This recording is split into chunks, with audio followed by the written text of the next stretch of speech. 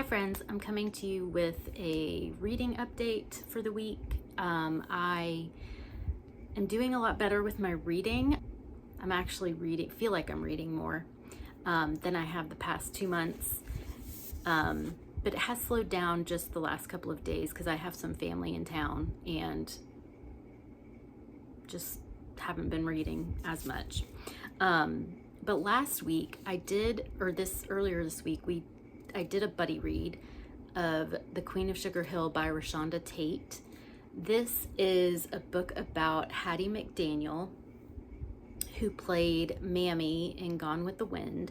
She was the first Black actress to win an Academy Award, which is also now known, like people call it the Oscar. And it kind of tells the story of Hattie's life, and it starts with that award ceremony, and just kind of looks at the reaction that she got from her role in Gone with the Wind and what she did before that and what she did after that. She faced criticism from both whites and blacks about her role. A lot of that criticism I've heard more recently has been an ongoing criticism of Gone with the Wind, is that the Black characters who are enslaved are kind of shown as caricatures, that they enjoyed servitude and enslavement, and I appreciate the author's look at that as an issue that Hattie McDaniel dealt with herself. The NAACP president really had it out for Hattie for playing that role, and just kind of how she felt about the criticism around that. It also goes into how she would see white actresses who would win an Academy Award and then get better roles offered to her, or just advancements of their career. And she really fought after she got the Academy Award. She fought for roles, like nothing changed for her, and they were all very much the same roles that were offered her, were maids or servants or some kind of serving, like a nanny or anything like that. So I really liked the depth of this book. I think one of the things that I struggled with is the first half of the book felt very just matter of fact and almost read like a history instead of historical fiction, and lacked some emotional response. But we do get that in the second half. Like, there's a scene in this book that did exist in Hattie's life that, I was close to tears at the just raw emotion that Hattie felt in the scene. Can't tell you because it's a spoiler. But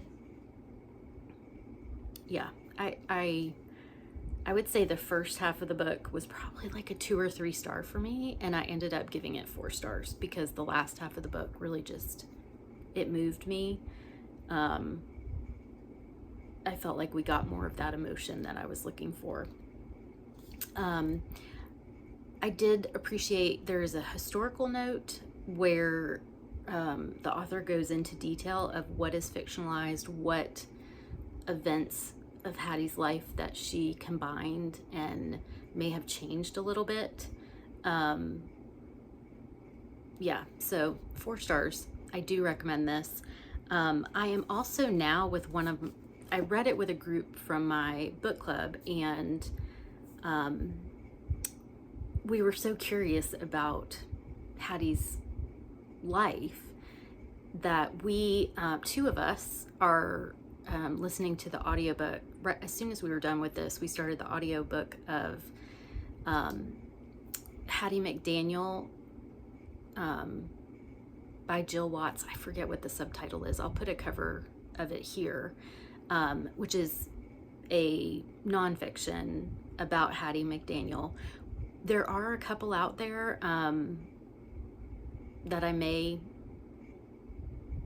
read in the future, but we're going to read this one by Jill Watts. It looked like it had the best feedback from readers, and yeah, I'm just really interested to know more about Hattie McDaniel. I am continuing to read Invisible Man by Ralph Ellison. This is on my pile of shame. It's a book that I started with Nicole at Noteworthy Fiction back in February, I think.